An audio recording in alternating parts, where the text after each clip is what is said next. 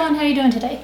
I woke up to news that the guys are coming to reside my house and eventually do the roof too, but it was kind of a shock because they got called off another job because they ran out of siding, so then the contractor sent them here, and we've been waiting since August.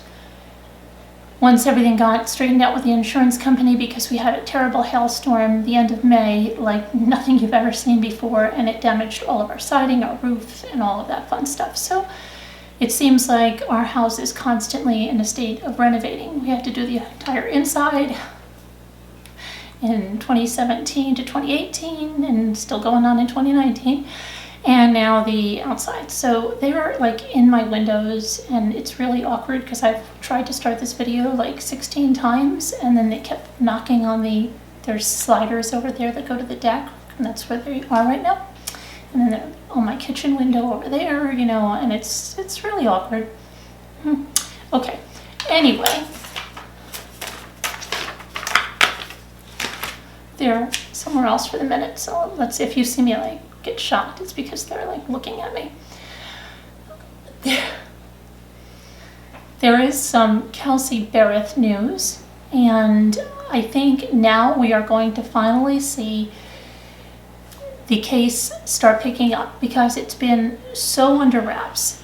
And like I said all the time, it's been such a distinct difference from the Watts case, because the Watts case, first of all, as I've said, I think it was the fastest confession and arrest ever.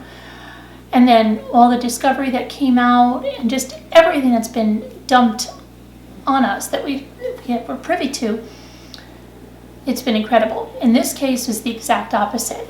It seems the family was told to be quiet, keep things under wraps because of the situation.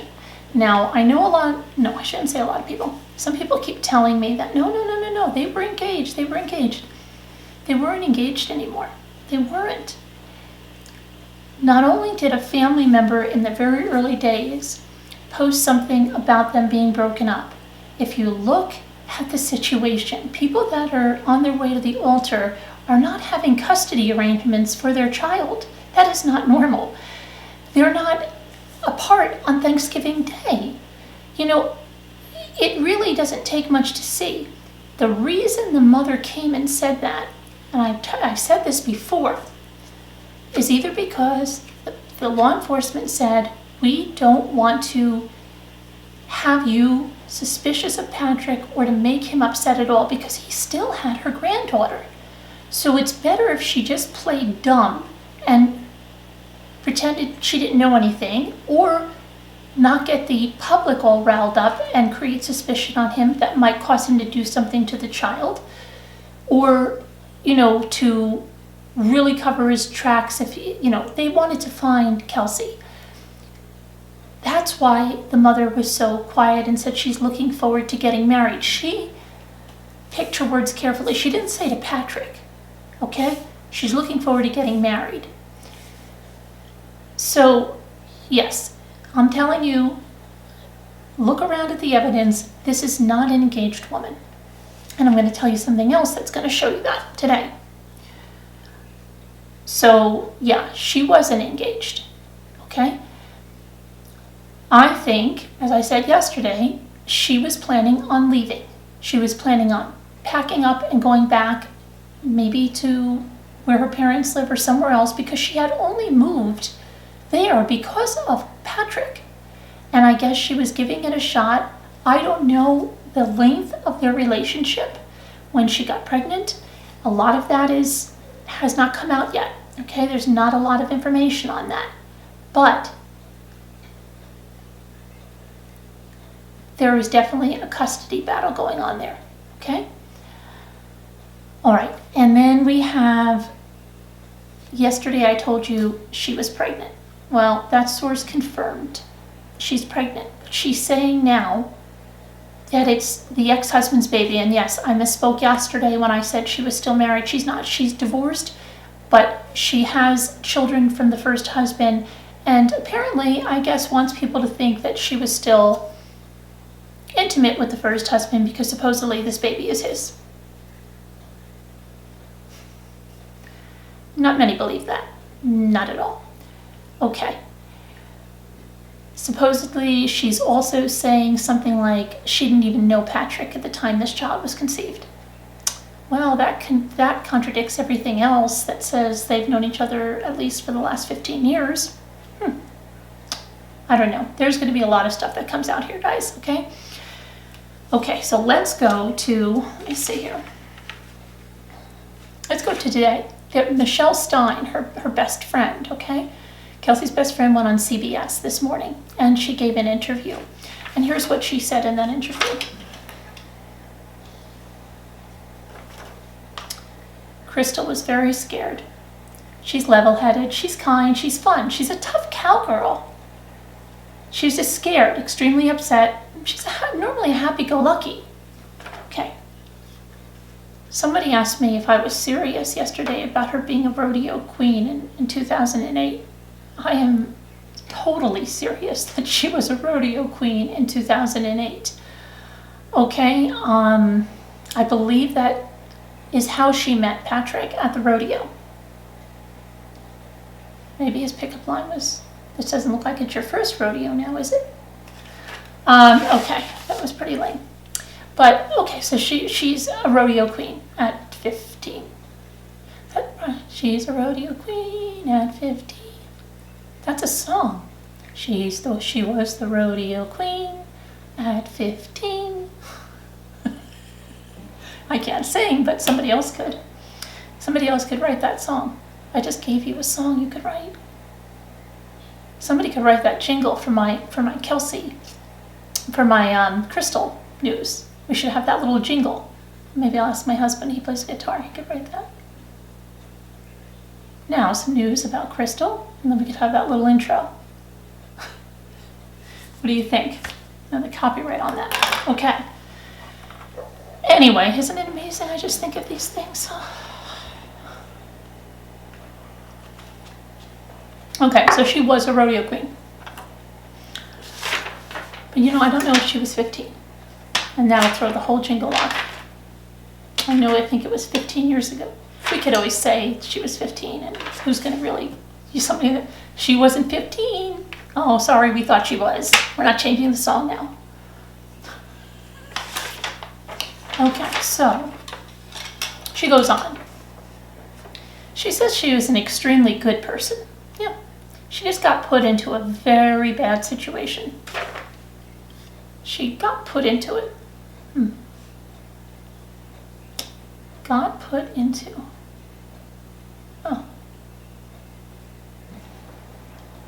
Somebody physically, I guess, took her from where she was in Idaho, dropped her at Patrick's ranch, had a gun to her head, even though she drove back to Idaho alone.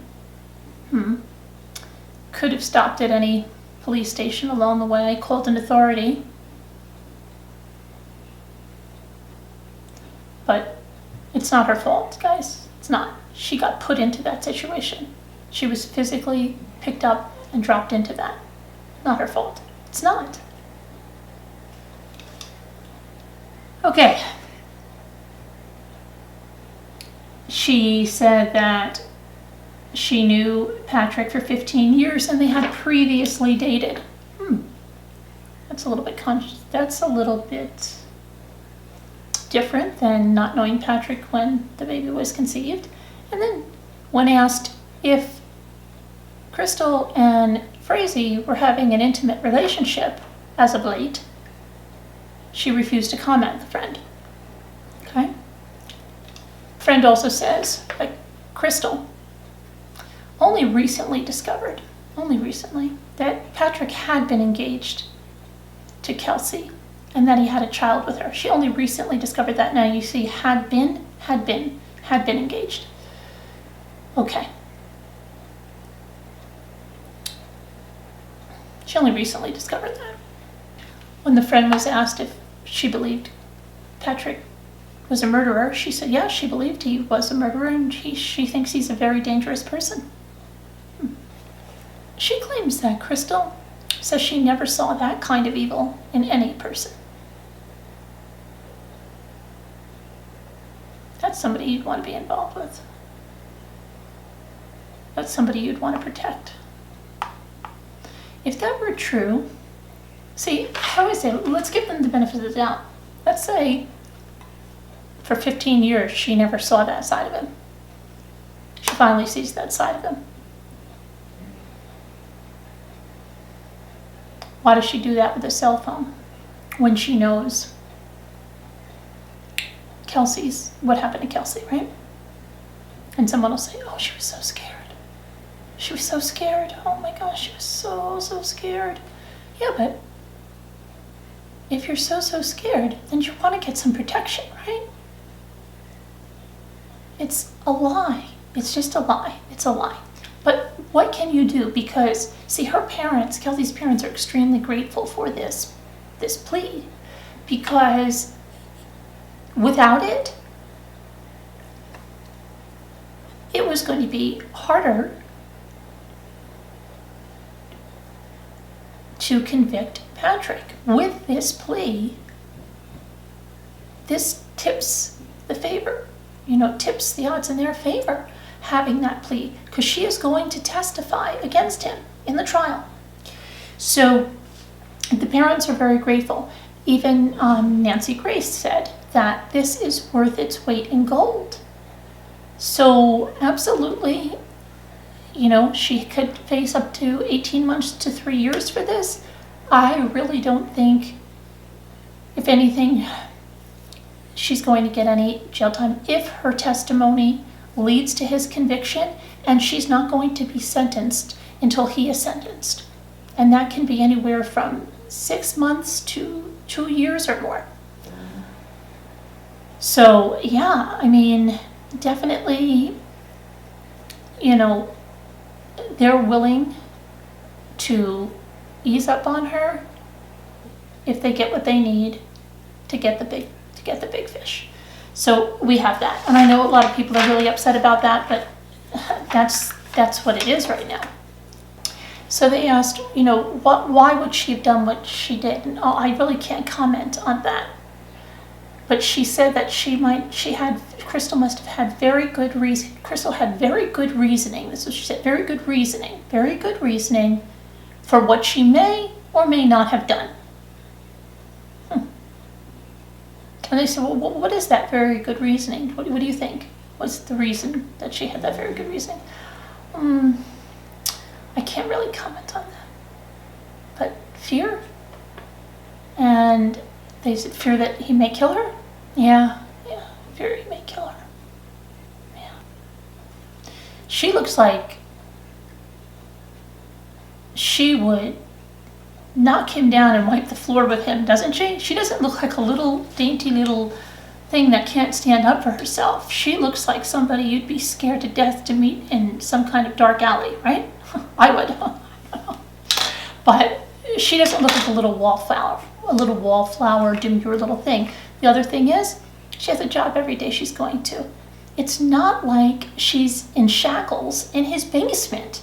That's what I don't understand this about people that say this kind of stuff, that, oh, well, she had no choice, she was so scared. Go to the freaking police. And when you go to the police, tell them this is the news and now he says he's going to kill me. Okay? That's the kind of person they're going to protect, okay? Someone that's going to testify against a murderer, yeah, that's the kind of person that they protect, okay? So if she could drive herself home, she could have driven herself to the police station with the phone, okay? It wasn't fear. Okay? So let's just call a spade a spade. She did what she did for the reason she did, and she knows why she did it, and we know why she did it. Okay, she's saving face now with the public, and she's going to come out just like Jodi Arias, stabs one 47,000 times, shoots him, slits his throat, keeps staying there. Anybody that is truly in self-defense, like, you're just going to do whatever you have to do to disable the person and get the heck out of there. You're going to be there and then dragging the body, cleaning up the front. Why? You'd get the hell out of there and you'd call the police, right? Okay, so it's just, he just tried to kill me. I stabbed him in self-defense 2 times so he went down, right? Or I shot him once. You don't do that kind of stuff in self-defense. That's not it. We had a veterinarian here, you would not believe this. Somebody came to his house and he killed the guy with you want to talk about a blowpoke?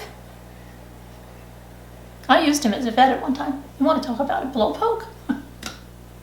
He killed the guy with a vacuum cleaner, not like the plastic ones, but like an Electrolux one. They were made of metal and they were solid, with the connector piece from the floor. I mean, just, have you ever heard? He killed the guy with that part of the vacuum. And I have to go back and look at that case because there was a lot of weird stuff going on. I think his wife might have been having an affair with this guy. And then the guy came to rob the house. It was a wild scene. And he didn't just injure, he killed the guy. Yes, I'm pretty sure he killed, I have to look that up. He killed the guy, or he did something really, really bad to the guy with the vacuum cleaner hose. But I think he killed him because there was a trial. And I know somebody that had to testify for him, a psychiatrist. So, yeah, yes, I mean, with a vacuum cleaner, and you want to say vacuum cleaner hose, it wasn't it was those old metal, really solidly built pieces, okay, connector pieces. He killed the guy with them. So yeah, I don't buy, this is all just a ploy. It's just a ploy. But in the end, I guess you have to weigh the options, and they want to get him because I think he's proving to be a very, very tough nut to crack. He's not Chris Watts, and I really, oh my gosh, I want to see his interrogations because I just think he doesn't say a thing. I just think he just looks like the most miserable guy, and I think he just probably sits there and they can say whatever they want, and he just sits there stoically and doesn't say a word. I didn't do it, and then just doesn't say anything else. Whatever. I don't know. That's, somebody said, and I know somebody sent me clips of him with his donkeys and stuff, and somebody said he's kicking dogs, and he looks like the kind of guy that'll sit there around and kick dogs and do all that. Yeah, to me, that's what he looks like. Do I know for sure? No, I don't know for sure. I don't know him personally. I'm saying those are my feelings. Okay, so let's see if she said anything else here. It was a short interview. It was a very short interview.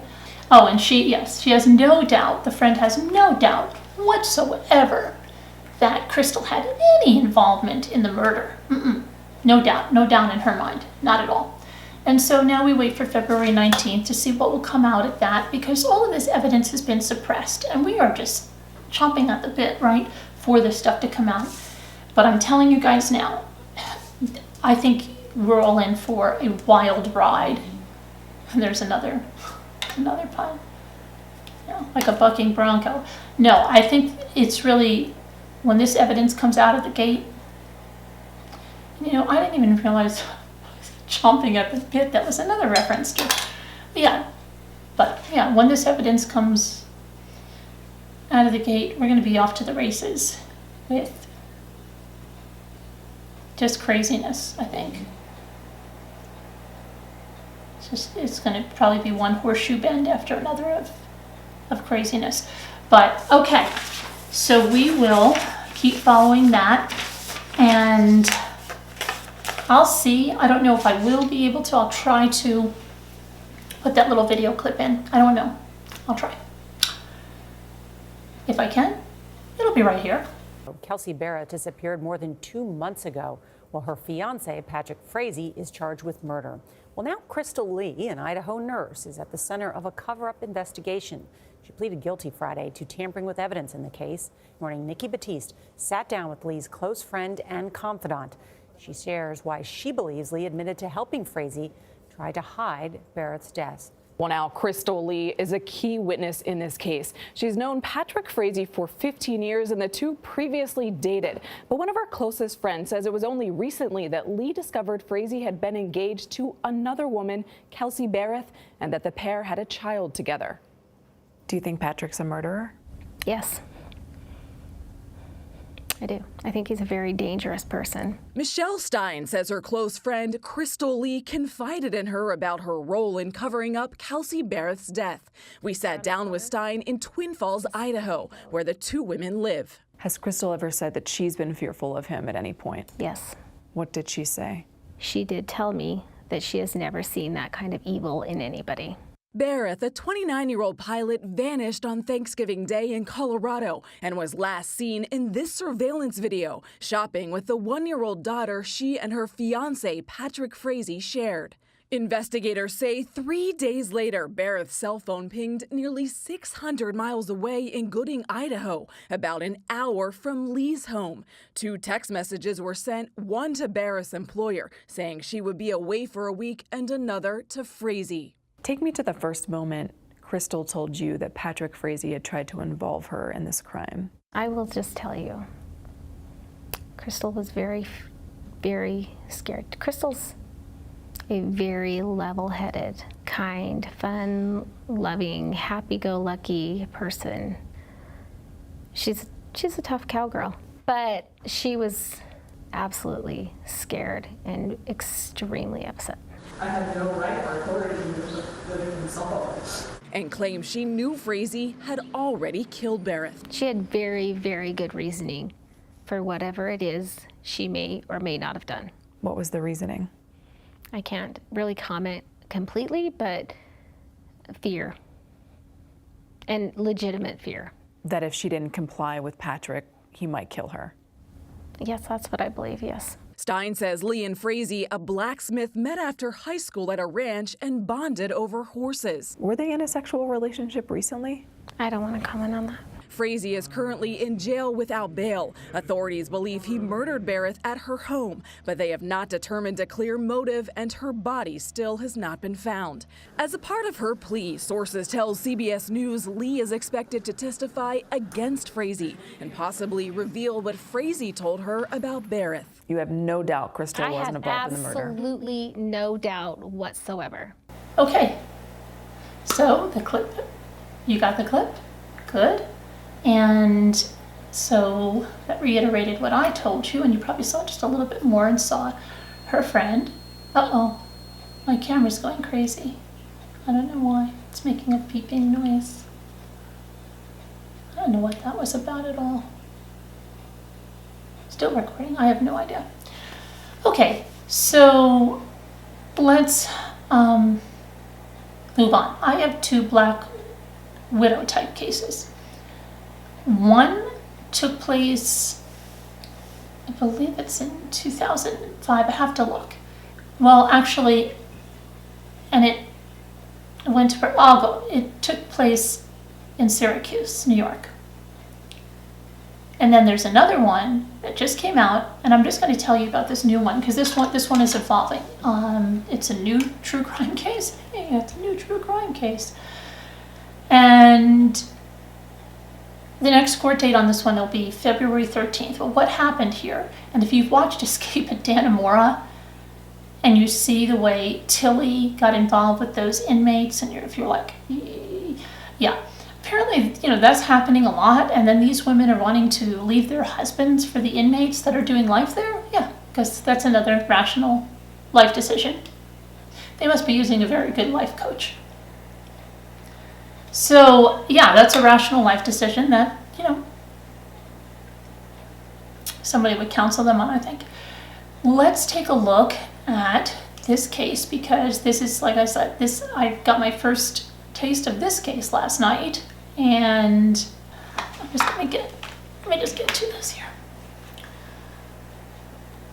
No, we don't want Juicy Juice graphs. Those were for the blog. Okay. Isn't it weird? It's like I go from one extreme to the other. I was going to say I write about little unicorns, little baby unicorns. Oh my blog, little word books for babies, unicorns. And then I go and write about like horrific murders. And then I go on make videos about horrific murders. Like after this, like today I already did like Juicy Juice Valentine crafts for kids. And then I have to put up my video and my post about this Beauty and the Beast rose thing that some company has me doing something in a giveaway for. So you'll probably see that video, but it's amazing. I guess I have to do that kind of stuff to keep me sane in between. And did you see my little foxes? I put my little foxes up for those of you that said, you know, you missed living, or you would wish you lived in an area, or you miss living in an area with that kind of wildlife. But that was the first time I ever saw little baby foxes, and I was so angry. I didn't have my camera, and I was freaking. I don't know if you could see it. I was freaking when I was taking that video with my iPhone because my son was there. I had my youngest son there, and they were coming right over to us. I'm like, oh, are they wrapped? You know, I didn't know. I mean, the one, if I let him, he was going to come right up to my pant leg, and I freaked. So I was like, shoo, shoo, shoo, a little bit. I was scared. I know I was going to get clamp on, and then I'm going to be having to go get rabies vaccines or whatever. So yeah, I don't know. That was kind of scary. A little bit scary. I was real jittery with the camera, and then and then we were like riding bikes, so because we rode up a little bit to see them. But that is right where I live. So I don't know. I'll see if I see them. That was the first time I've ever seen these little kids. But then, who was it? Rebecca posted photos on the Facebook page, and she got a lot of really great shots. Of course, she had her camera with her, unlike me. I should carry mine. And by the time my husband got there, they were too far in the woods. But I have gotten some really good shots of animals. I like it. I know Rebecca says the same thing. It's great. I love it. I have some really cute ones of the squirrels. And I put funny little quotes next to them. Who would have thought that, right? That I put funny quotes next to squirrels. But yeah, I have some really good animal. I love going out. I usually take my camera every time I walk. Well, I always have at least my phone, but I usually carry my big Canon DSLR, and it's kind of like I wear like a necklace. I swear, people are like, you didn't accessorize today? Where's your camera? No, that's what most people say to me because I bring it everywhere. But if you haven't seen the foxes, I posted them in the community section, and if you're unclear about where to leave the questions that I'm going to answer at the end of videos, certain videos, then go to the community page. And what I mean, the community page, when you go on the top of your YouTube and there's that little plus sign and you can upload a video, and then you can go live or you can make a post. When you click on that make a post, that should bring you to your community feed. And there's probably an easier way to get to that. I think you can just go to community, but that's how I do it because I'm usually making a post. But that's where I posted that. And I think I might make a bigger one with a header that says questions and, put your questions here so that people can clearly see it, because I know everybody was confused and you were leaving questions in the live chat. You were leaving questions on the comments. Yeah, but trying to get it to go there. And then somebody was like, you could have put a poll in the chat, live chat. And I was like, oh, I didn't know that. You should have told me. But yeah, let me know how I make that poll there in the live chat, because that would have been a lot easier than making you all stop typing and everything. And I will talk to you about what that's about, because that's a bunch of craziness.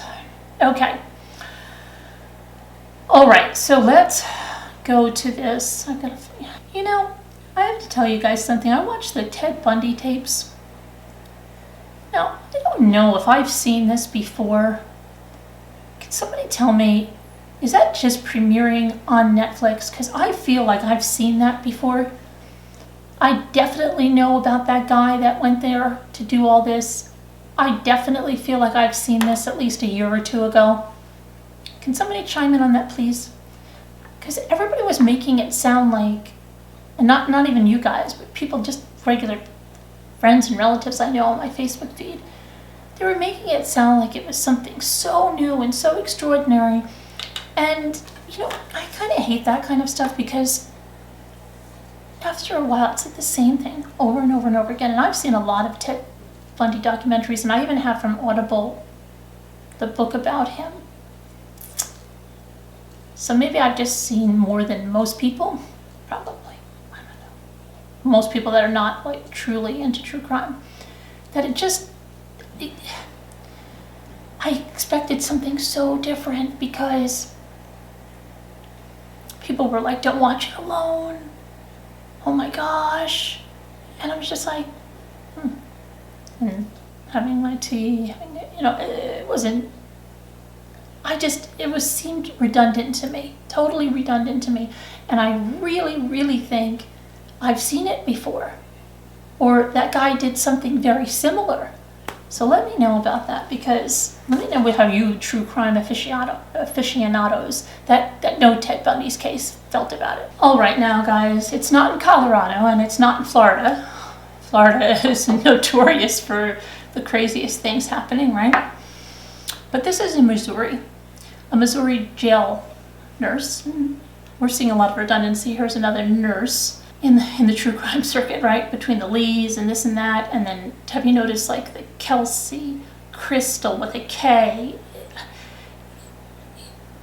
There's just so many things, so it's so confusing, because it's like, at least if she would have Crystal with a C, because I don't want to mess up their names, because that would be really horrible. Okay, so let's go to this one. So this Missouri jail nurse, she allegedly poisoned her husband with antifreeze. Then she laid him on a mattress, lit it on fire, all in an attempt to marry an inmate she fell in love with there in prison. So police charged a jail nurse with murder after she allegedly poisoned her husband and tried to cover it up by setting their home on fire. All in a bid to marry the love of her life in the prison. Amy Murray, and I keep reading her name as Anne Murray. Amy Murray was arrested on Thursday in connection with the December death of her husband, Joshua Murray, who she allegedly set on fire and poisoned with antifreeze, according to probable cause statement. Well, I think she gave him the antifreeze before she set him on fire. But she allegedly set the couple's bedroom on fire and left with her 11-year-old son. Come on, son, we're going. Where are we going, Mom? We have to get out right now. I'm almost done in Fortnite here. I'm gonna conquer this world. No. We gotta go now. I just set the house on fire.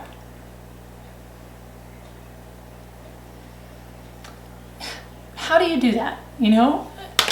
Can I just go get my... No, the house is on fire. We have to go. Get in the car. Take your Xbox. Take your Xbox. Take the dying Xbox. Okay, so, I don't...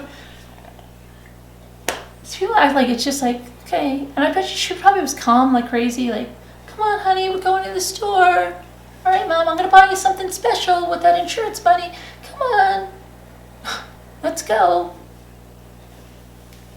Like, she wasn't, like, driving. Like, the littlest thing could get me nervous. And I'm, like, feel like, oh, I shouldn't be driving. Something silly like, oh my gosh, especially like a contractor issue. Oh, they used the wrong wall paint, or that. Oh my gosh, really?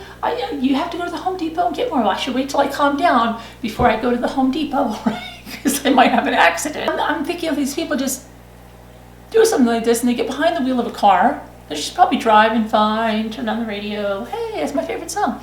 Okay. I don't know. I don't get it. Anyway, she gets her 11-year-old son and the dogs, thankfully. She took the dogs, thankfully. Mom, we never take the dogs with us. They're not going to let them in. Mom, I thought we were... No, we're just going to take the dogs with us. And she went to McDonald's. You feel like a Big Mac? Yeah, I do. And I think we're going to have sundaes. I think we're going to get some sundaes after this. Now, so they go to McDonald's, and as an alibi, Murray said she found the house on fire when she returned, and the smoke was too heavy for her to go inside, according to the probable cause statement. And you hear that, that's these guys doing the citing. See, she drives home. I bet you like she just drove on. And I didn't think there was anything I could do. You didn't call that. She got home. Okay, pulls in with the dogs and the kid, right? House is on fire. Mom, the house is on fire. Yeah, but the smoke's too thick. It's too heavy to go inside. Should we call the fire department? Let's see if she does. Police said the fire was set intentionally. We don't have and autopsy results indicated that Joshua Murray died before the fire began, according to the Miller County Sheriff's Office. It looks suspicious. The sheriff's office detectives came in with the fire marshal office department and started investigating it. They looked suspicious, but there was a holdup because they had to wait for the autopsy report. After investigating the incident, police discovered that Amy Murray, a nurse at the correctional center in Jefferson City, Missouri, had an intimate relationship with an inmate who she planned to marry.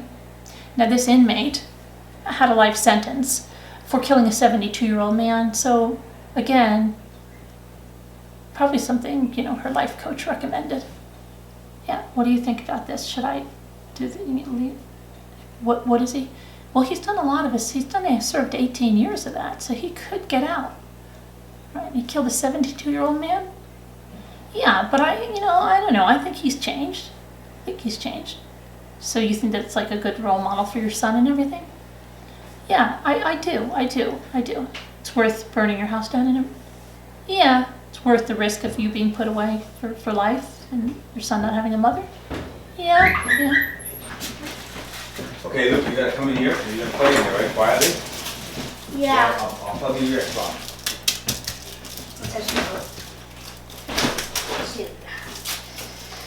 Okay, so, that was, is it worth you going away in jail? You're willing to take the risk of that? Okay. Yeah, okay. So, that was an informed decision, an educated, that's what you call an educated decision. They have recorded phone conversations, well, because we know the prison phones are recorded, and you think the prison nurse would kind of be aware of that, as well as the inmates. And that's how they found out about this. During the phone calls, Amy Murray talks about not wanting to be around her husband, Joshua Murray, and she was wanting to divorce him. According to this probable cause statement, and Amy Murray talks about wanting Joshua Murray to come home from Nebraska, and she's tired of being around him. So now I don't know what he's doing in Nebraska, but I guess she wants him to come home so she could kill him, right? She also mentioned that the two could now get married because her husband was dead. The statement said, good conversations to have there on the recorded line. Hey, we can get married now. My husband's dead. The Miller County Sheriff's Office charged Amy Murray with first-degree murder, second-degree arson, tampering with physical evidence, and armed criminal action. She was released on $750,000 bail from the Miller County Adult Detention Center in Tuscumbia, Missouri. She's scheduled to appear in court on February 13th, that is Wednesday. I wonder if she'll still, be out on bail. She's probably lost her job, so they can't spend Valentine's Day together. I don't know if they'll let her visit him at the prison. I don't know if she'll be banned from that. We'll have to see. And her attorney has not responded for comment. So Anne Murray, she's 40 years old. I'll give you a little more details about her. And Joshua, her husband, Joshua Murray, was 37 years old. I don't know I'm wondering if he's the father of her son or not. I'm not seeing that information yet. The police discovered evidence that Murray had allegedly been romantically involved with an inmate in phone conversations recorded by the prison, and Murray allegedly said that she wanted to marry the inmate, according to the statement. During the phone calls, Amy Murray talks about not wanting to be around her husband, Joshua Murray, and wanting a divorce from him. She even allegedly told the inmate, 40-year-old Eugene Claypool, in one call, the two could now get married because her husband was dead. Claypool, according to police, has been behind bars since 2002 after pleading guilty to second-degree murder in the 2000 stabbing death of Donald Hardwick, a 72-year-old homebound man who'd won $1.7 million in the Missouri lottery jackpot in 1998. So that's a good guy, huh? Claypool and another man killed Hardwick during a robbery. Claypool becomes eligible for parole in 2027 after serving 25 years of his life sentence. And Murray's scheduled to appear in court on Wednesday. So we'll be following that. Let me know if you've heard of that case and what you think on that. So we'll be following that up. And now going back to a case that's a little similar, not totally similar, but this case hasn't played out completely yet. We have up in Syracuse, Stacey Castor. She was from Weedsport, New York. So she had been married before. We're going to go into that in a little bit. In 2003, Stacey married David Castor. David was the owner of an air conditioning installation and repair company, and she had been the office manager in that company. So they had an office romance, I guess, and fell in love, blah, blah, blah. They get married. 2 years later, August, Stacey places a call in to the local sheriff's office to tell them that her husband, David, had locked himself in their bedroom. It's for a day now, okay? Following an argument, and this argument was supposedly about a cruise that they had been planning. I believe it was a Valentine or an anniversary cruise, and there was a problem because one of the kids couldn't get, she had 2 daughters from a previous marriage, couldn't get off of work or something, and so she wasn't going to leave her alone. There was a big fight in the garage, and then apparently he goes and locks himself in the bedroom with a mixture of alcohol and pills and other things, okay? This is what she's telling the police. So she says when he didn't arrive at the workplace, she became worried, right?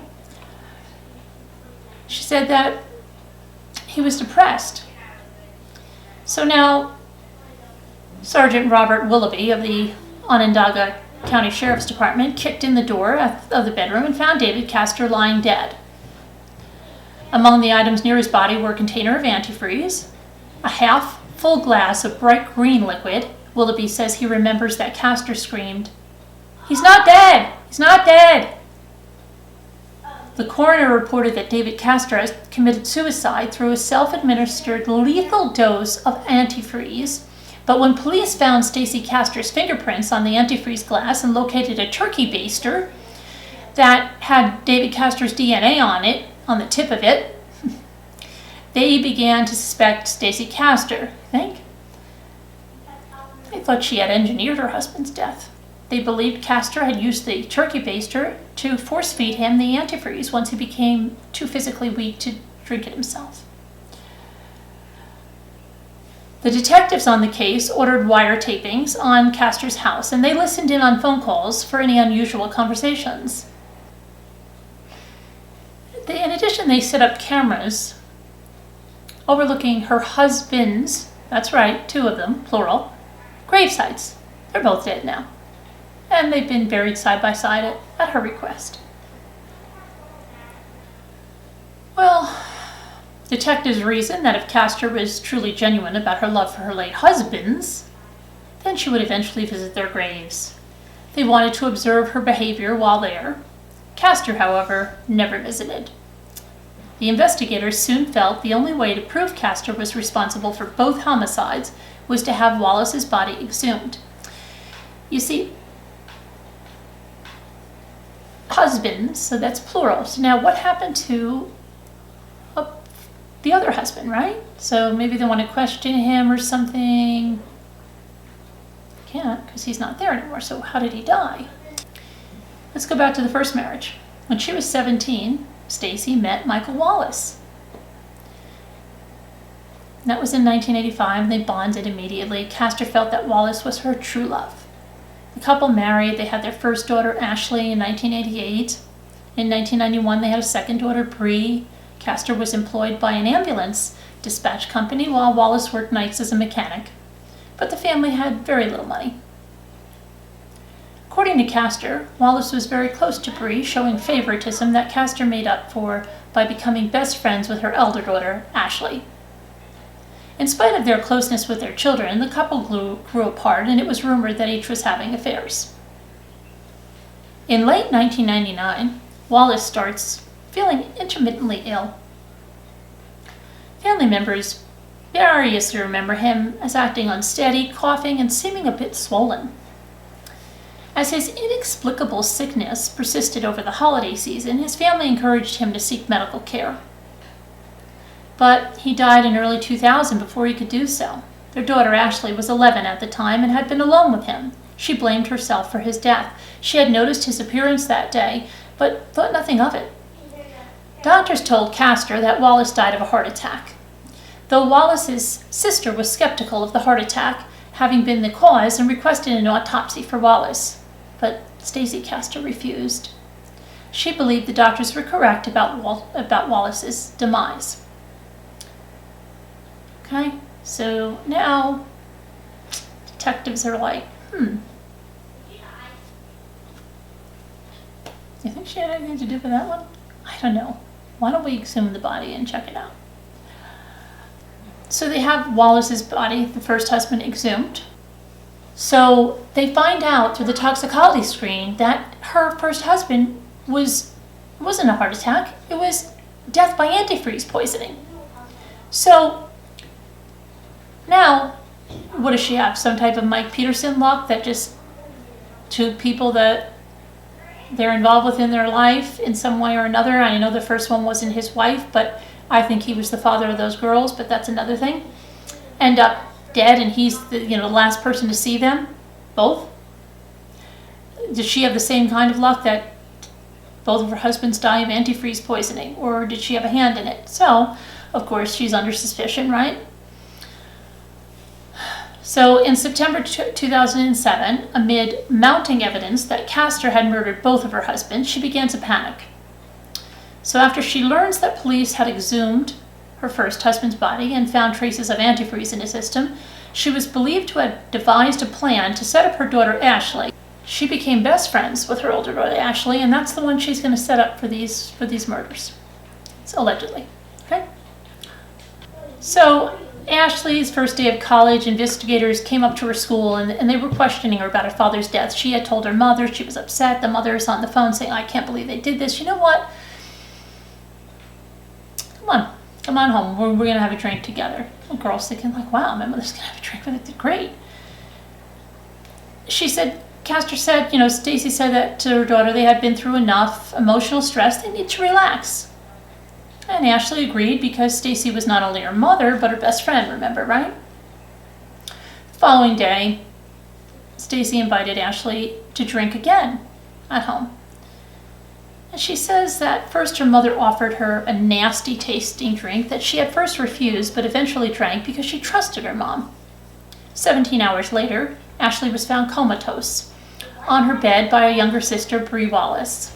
Castor made the 911 call.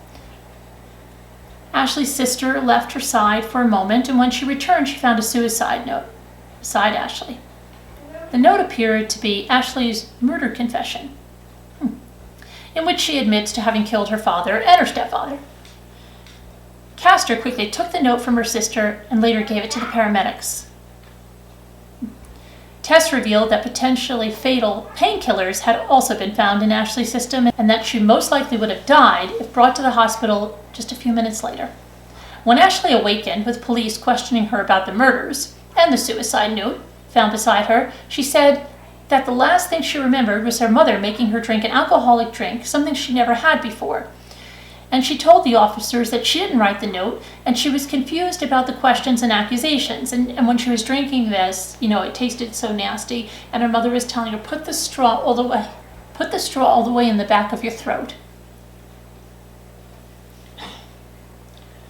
For 2 years, investigators had collected evidence against Castor for the deaths of her husband, and in 2007, she was arrested for second-degree murder in David's death and for attempting to murder Ashley and frame her for the murders of David and Wallace. Now, guess what? Stacey's mom believes Stacey, her daughter, and believes her granddaughter is responsible. It's not Stacey, her daughter, it's the granddaughter. She always had it out for them. So that's what Grandma says, okay? Prosecutors argue that the computer-generated note where Ashley confesses to killing Wallace and David had actually been written by Stacey. Ashley was 11 at the time of her father Wallace's death. When brought on the stand, she testified that she did not murder either her father or her stepfather, and she did not write that suicide note. Onondaga County District Attorney William Fitzpatrick and Chief Assistant District Attorney Christine Garvey argued that David Castor's suicide had never made sense given the lack of fingerprints on the glass or container tainted with ethylene glycol, a toxic substance found in antifreeze, and the turkey baster in the kitchen garbage, bearing both ethylene glycol and his DNA. They felt that this suggested he was force-fed the antifreeze.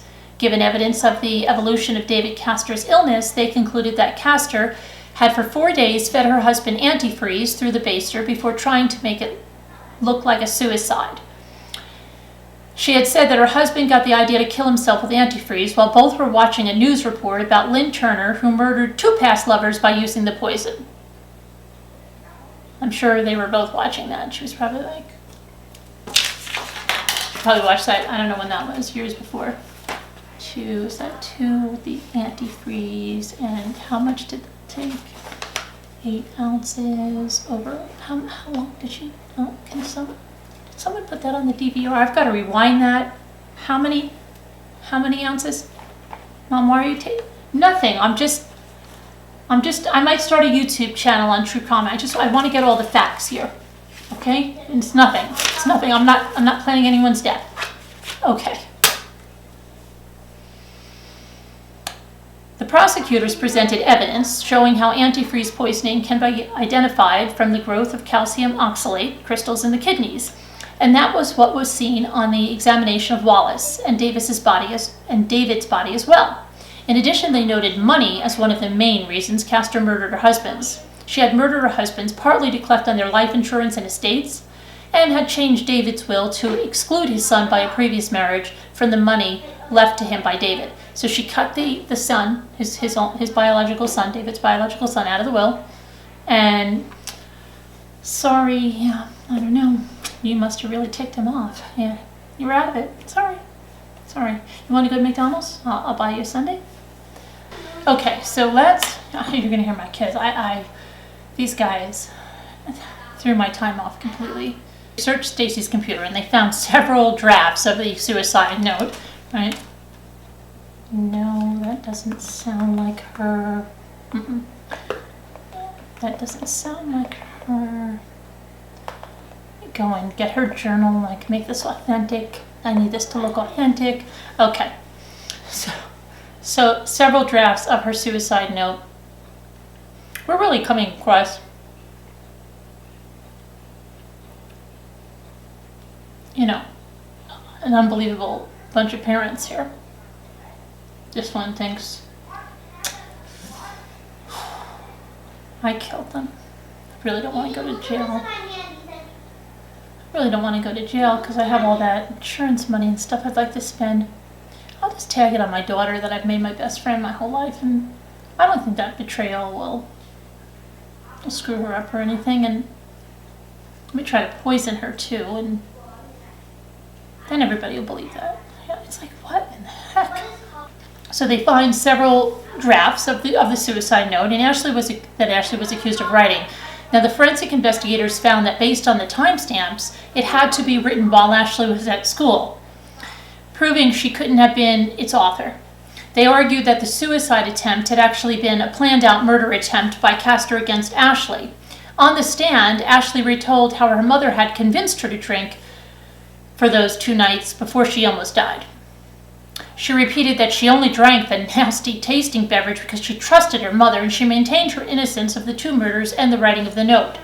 Castor's defense team, attorneys Charles Keller and Todd Smith, were set on creating reasonable doubt in the jury's mind by having Castor about Castor committing the murders. They wanted to poke holes in Ashley's version of what happened and prove that she could have been capable of murder at age 11.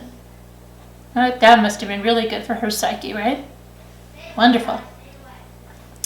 They noted Ashley's father, Wallace, showing favoritism toward his younger sister rather than Ashley, and cited jealousy as a possible motive for Ashley having murdered at such a young age.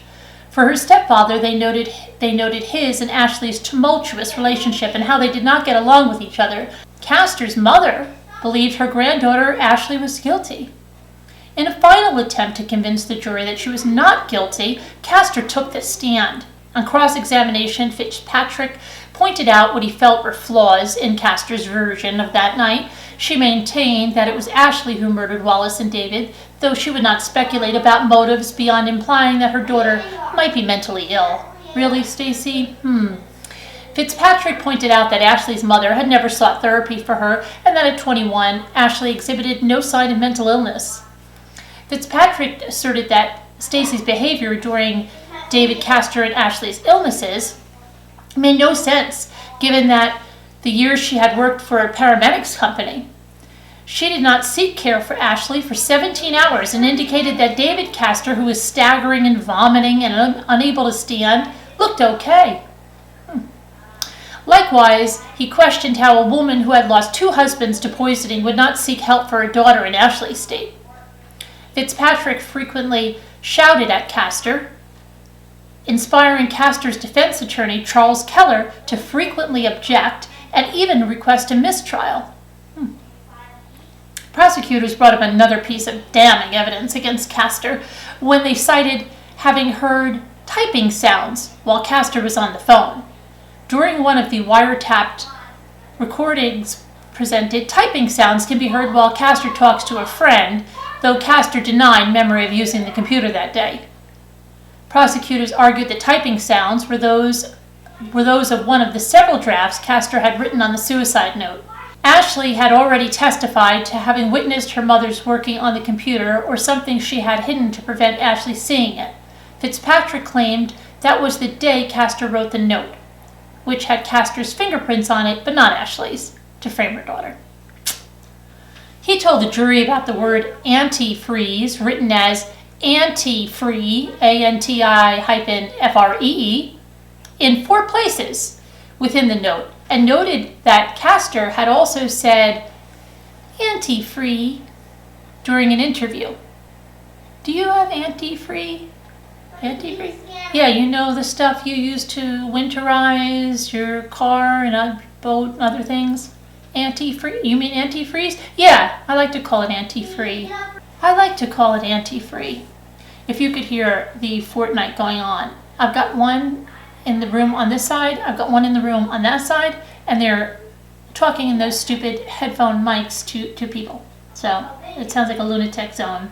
And I really thought I was going to get this tape before they came home, but thanks to the work outside, I didn't. Okay, I'm sorry about that. Castor said she had cut herself off while saying antifreeze because she had intended to say something else. She actually said in an interview with investigators, when I poured the cranberry juice.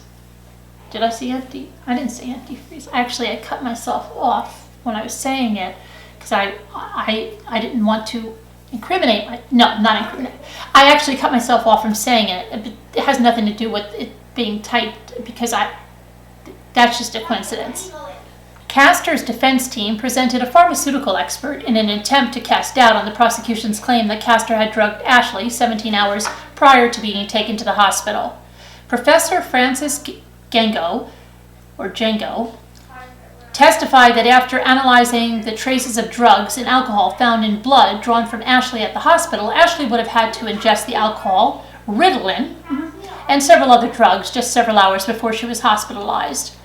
On February 5th, 2009, Castor was found guilty of second-degree murder in the poisoning death of David, and on February 5th, 2009, Stacey was found guilty of second-degree murder in the poisoning death of David and of attempted second-degree murder for overdosing her daughter, Ashley, with drugs and vodka. With a jam-packed courtroom, most were focused on Stacey. She, however, had her eyes closed as the verdicts were read. Her lead defense counsel, Keller, announced that Stacey would appeal the verdict, including challenging the inclusion of evidence regarding the death of her first husband, for which Castor had not been charged. On March 5th, 2009, at Castor's sentencing, Chief Assistant District Attorney Christine Garvey asked Fahey to impose the maximum consecutive sentences because of the brutality of David's death. Further, she criticized how Stacey had partied in her backyard with friends like nothing was happening, as Ashley was comatose in her room. She is cold, calculating, and without any emotion for what she has done, she stated. Human life is sacred. Stacey Castor puts no value on human life, not even her own flesh and blood. To Stacey Castor, human beings are disposable. David's son, who Castor had cheated out of the will, pleaded with Judge Fahey for Castor to be severely punished. Your Honor, Castor is a monster and a threat to society, he said. She has created so much pain and death with this creating multiples of pain and death in the families of those she has hurt. Judge Fahey told Castor that he has never seen a parent attempt to murder their child in order to set their child up for a crime that they themselves committed, and declared Castor in a class all by herself. He sentenced her to the maximum of 25 years to life for the murders of David Castor and to another 25 years for the attempt to kill Ashley. For forging David's will, he ordered Castor to serve another 1 1/3 to 4 years in prison. The trial lasted 4 weeks, and emotional Ashley told the judge she hated her mother for ruining so many people's lives, but still loved her for the bond she originally had with her. I never knew what hate was until now. Even though I do hate her, I still love her at the same time. That bothers me. It's so confusing. How can you hate someone and love them at the same time? I just wish that she would say sorry for everything she did, including all the lies. As horrible as it makes me feel, this is goodbye, Mom. As hard as you've tried, I survived, and I will survive now. Because now I'm surrounded by people that love me. I'm going to do good things in this world despite making me, in every sense of the world, an orphan. Ashley Wallace.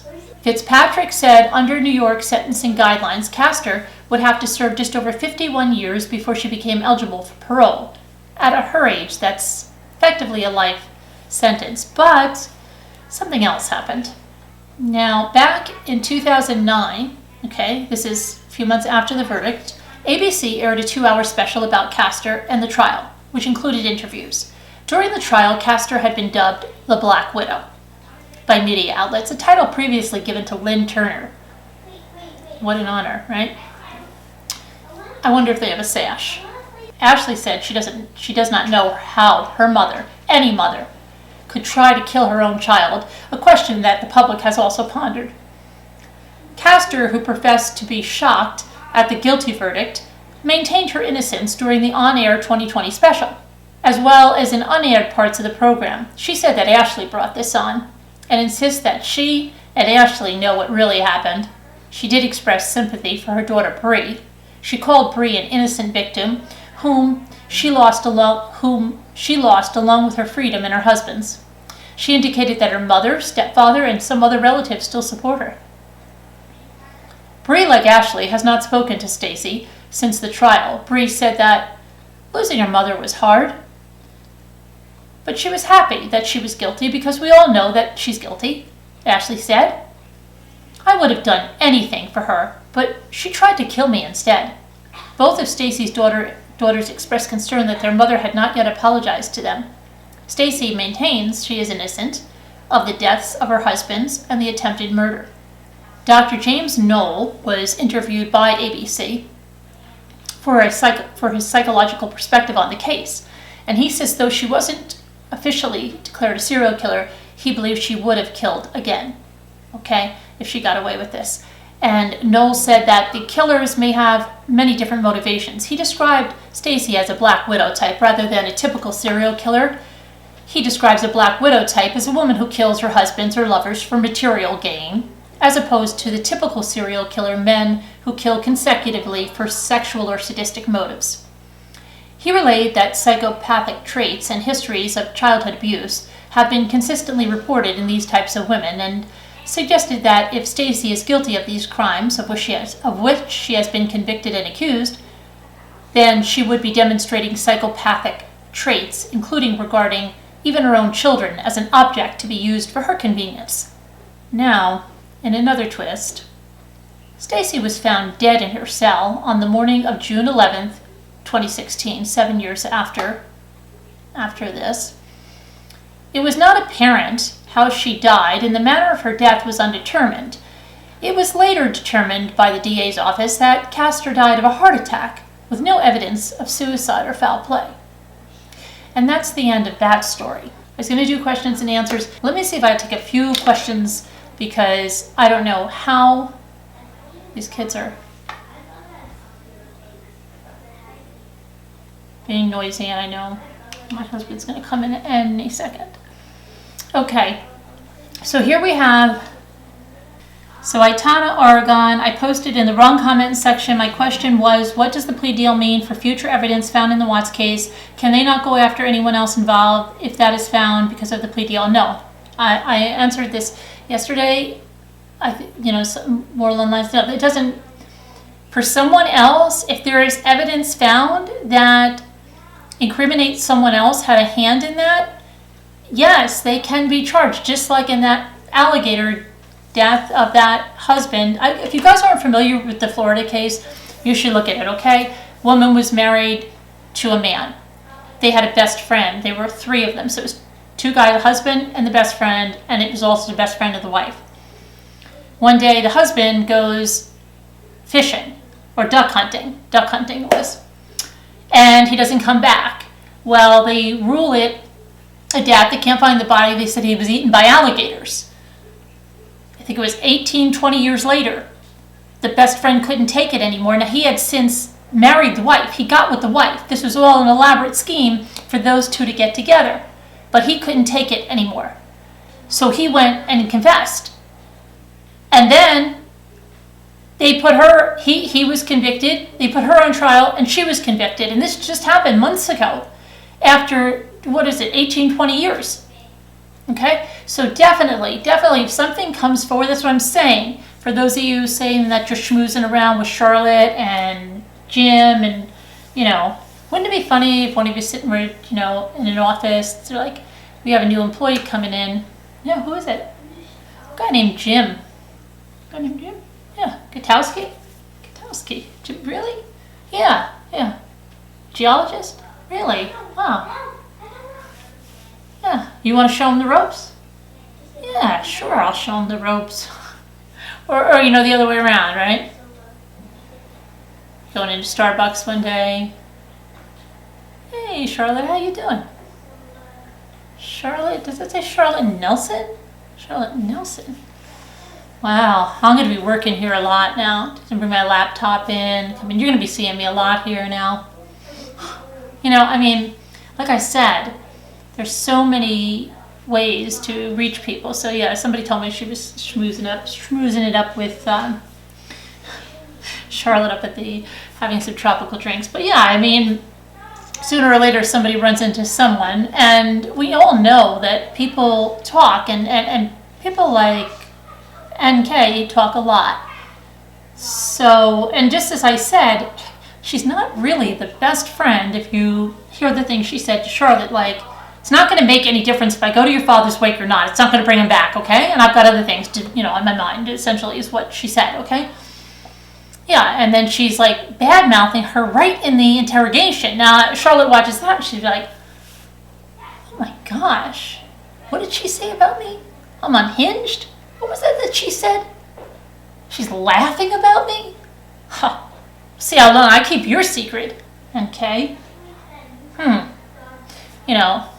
First I'll use it, a little blackmail on you. See how that works. I do need someone to come over and clean the house a couple of times a week. Or I'm going to have to sell my story to the Inquirer. Whatever, right? So she'll probably use it, and then maybe when all else fails, she'll come forward. Or, somebody will say, oh, she talked to me about this. Anybody. You don't know what'll happen. Charlotte's a heavy drinker. Remember that. She said she is a heavy drinker. And we have to understand that when people drink, a lot of times they lose their inhibitions, and a lot of truth comes out in those inebriated moments. So let's see what happens, right?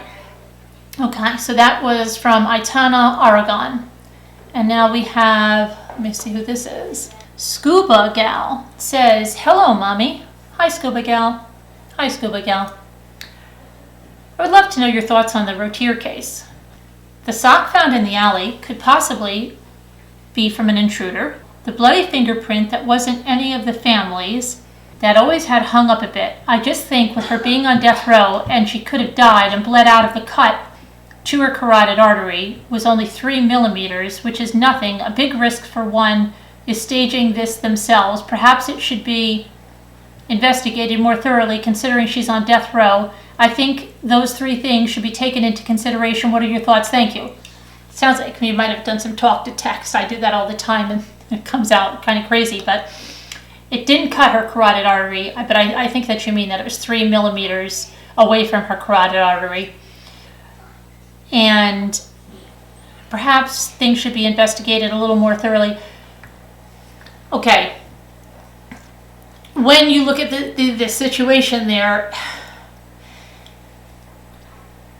it's hard to see that someone in that house is not involved with that, just because there's so much there that doesn't lead to anyone else. The sock in the alley that just had a couple of drops of blood, you know, they're saying that someone had time who did this to put a couple of drops of the boy's blood on it and then throw it out in the alleyway. The thumbprint, they did try to have that looked at, and it's too messed up to see anything. They've said stuff about other DNA tests and things, but they've never come out with those results. So people are saying they were either not in favor of the defendants, or why wouldn't they have said something about it? And then the other thing is, there is something that maybe the husband, who she's now divorced from, had more to do with it, and at least, you know, help plan this out. He was found or said to have wanted to create a robbery or was soliciting people to rob the house in some kind of insurance plot to save his business. So I think, if anything, his role in it should be investigated a bit. And I don't know. I mean, what else? Some people said they were involved in drugs. Could this have been somebody from that world that came there? So yeah, I mean, I don't know how much else. They haven't said anything about themselves, you know, given any names or this person, you know, they sold drugs to this person and this person could have been after them. They haven't done that. So what, I'm not sure what else could be looked at other than the husband's involvement, maybe a little more, but they're not finding any other, I don't think there's any other DNA on that sock other than people that are in the house. And that's the problem. And then we haven't gotten results on any of the other DNA tests. The fingerprint hasn't been linked to someone else. The other fingerprints on the window, they could be anybody's. They could be, like I said, a maintenance man, and whatever. And I don't think we have a clear, thought of whose those are, or if they're even relevant. Were they left at this time? Could they have been left before? I don't know. That's Scuba Girl. So let's see. We did. So you guys, I think you guys left your questions in the wrong place, because I don't see many other questions here. Okay, so let's see. So you guys have to leave them in this thread. Whitney Geddes says, text messages that were deleted. How can authorities not retrieve anything? They literally have any resource at their disposal. I've never understood why they couldn't get all the text back. I don't understand it either, unless they're leaving them out of the discovery for some reason. But yeah, I don't understand it either, except did she have such a professional service on those phones that scrubbed them clean? I think they had burner phones, and so I think those burner phones are gone, just gone.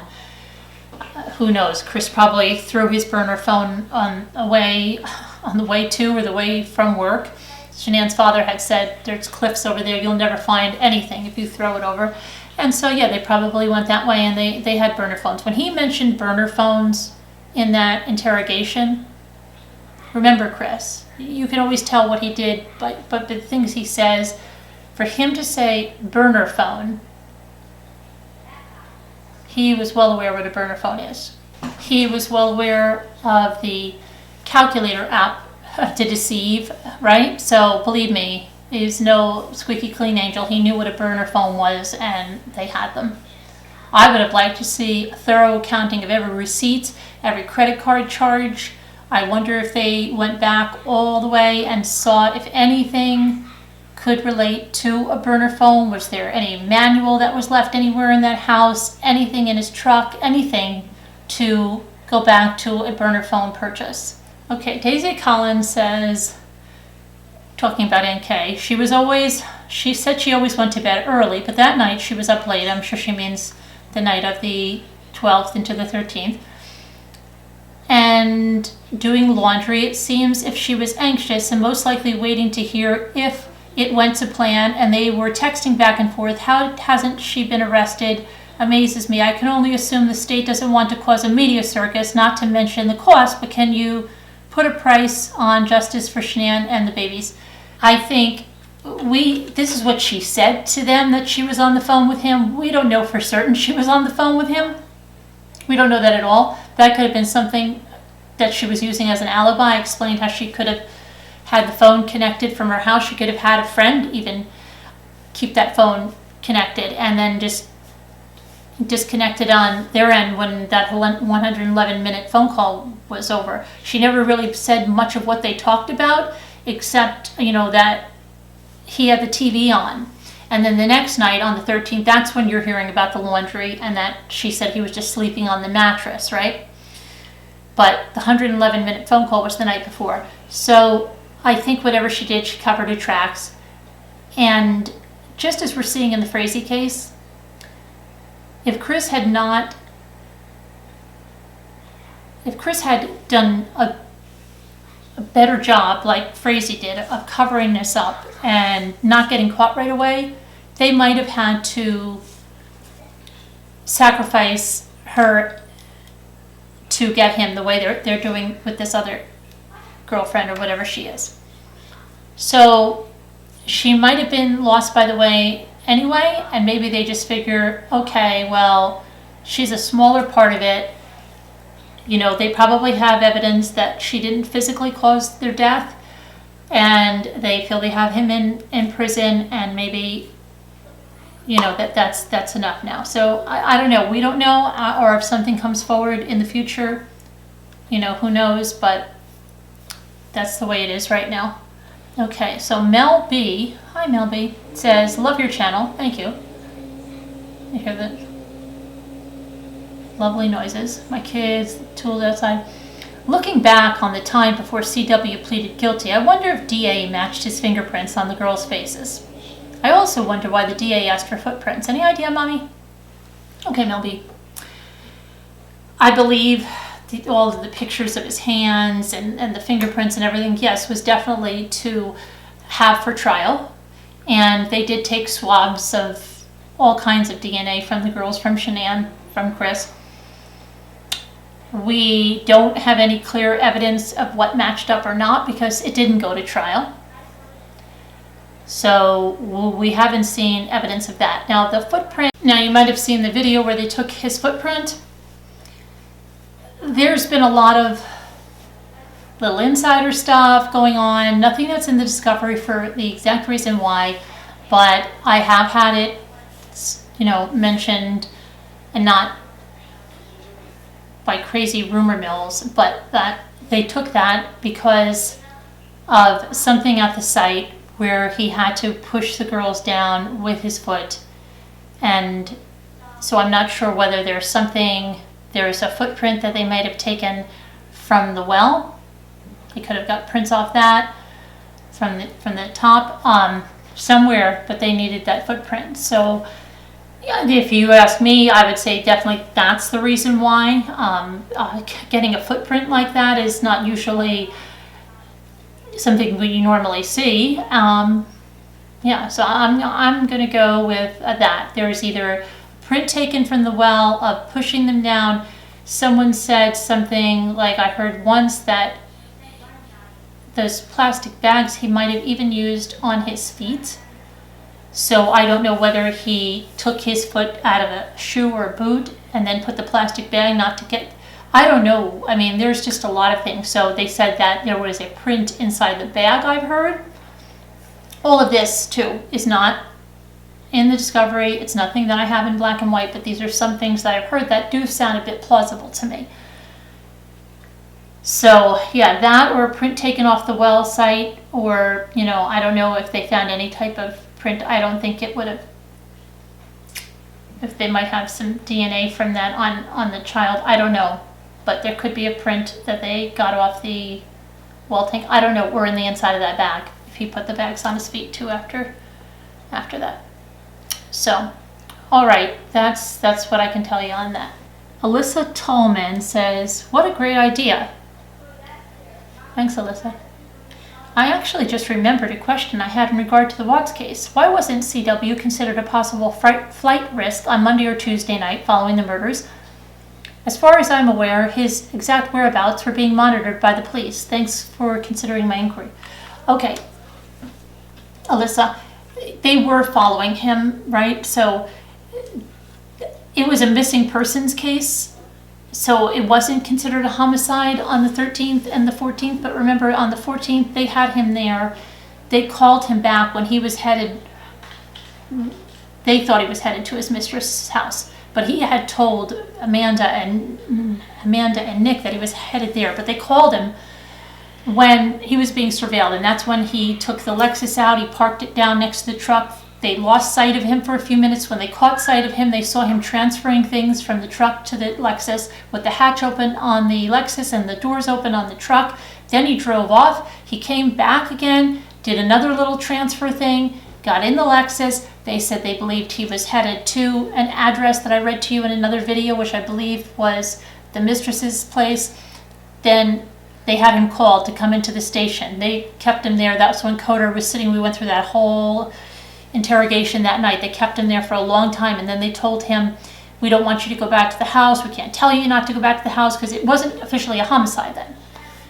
But they told him not to. They followed him to, without this, he didn't know this apparently, but some people say he knew, he saw them, to Nick and Amanda's house, and then they stopped surveillance, which I don't understand. So nobody has any surveillance of him getting up that morning, or if he went out after he was at Nick's house, he could have gone out. But that next morning, he could have easily brought those blankets and everything to the airport, anything, and just thrown it in there. Isn't that where OJ threw some stuff at the airport? So that would very easily have been taken and it's gone and whatever. So whatever he took out of that truck, it could easily have been dropped off at the airport. And then the next day, they had his confession. So, you know, it's not, I don't think they really could have said anything to him about, you know, not leaving or anything like that, because they wanted to know his whereabouts. Coder did say, you know, when you don't answer the phone, that's when I start to think weird things or something. And he said, oh, I'll call you right back. So yeah, they were watching him. They were watching him, but I don't think they had the authority to do that because he hadn't been charged yet. Okay. And that again was Alyssa Tallman. Okay, so Kite Woman says, hi everyone. Hi Kite Woman. Here are some questions I have. Do we know anything about NK's friend Jim? When he arrived and his reason for being there and when he left? Yes, we know his name is James Gutowski. That was all over the internet. There was even a Facebook page where he was mutual friends with Charlotte, and I believe with NK at some point, but she scrubbed everything clean. She told them to lock down their profiles and all their pictures, but some, you know, people, things that go on the internet can always be found. So there are, if you search his name, and you'll see some pictures of him and things like that, but he's a geologist. Supposedly, they said he's an old family friend. I don't know, he had a key to NK's place on the day of the 13th. It looks like there was a call placed to him in the morning.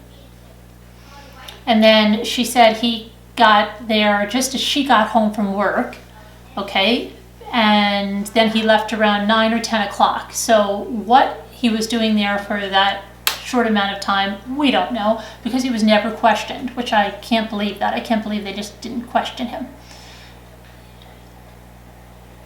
What does NK's phone show her movements from Sunday? I can't find her phone records from then. All I can find with this discovery is from August 21st on. who was the first person to arrive at 319? Well, Chris was.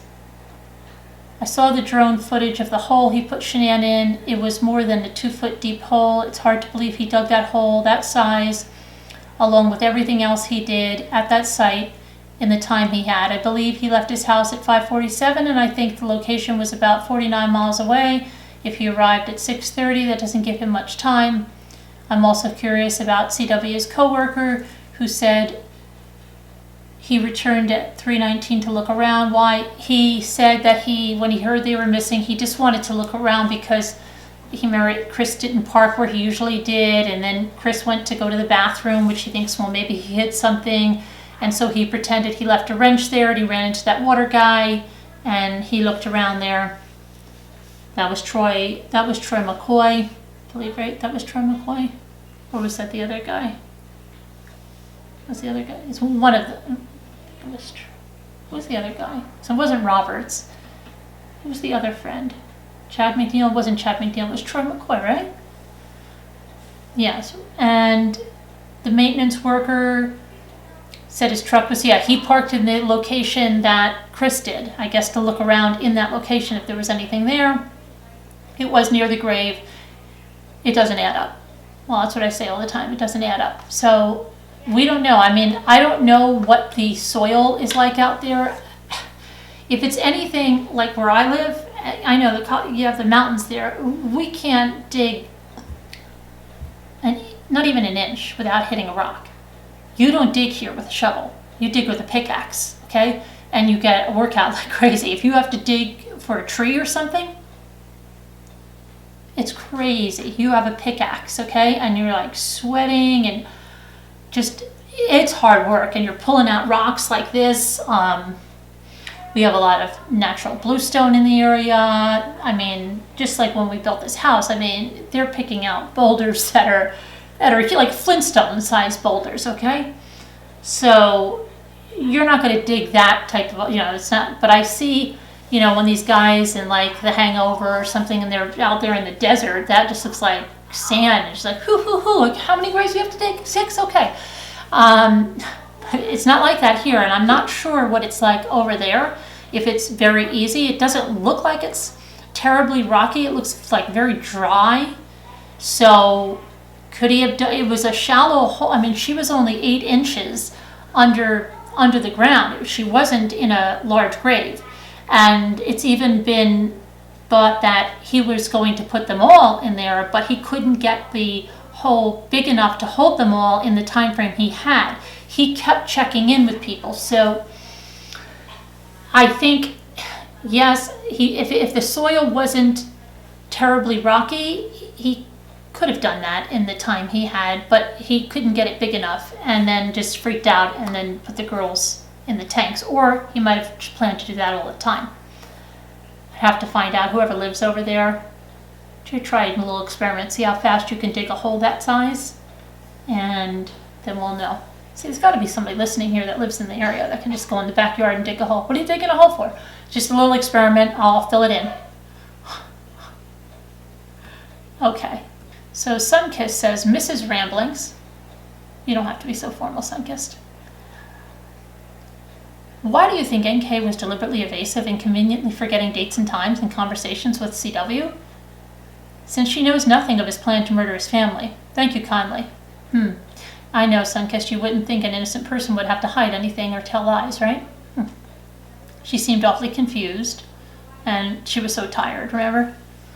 I'm so tired.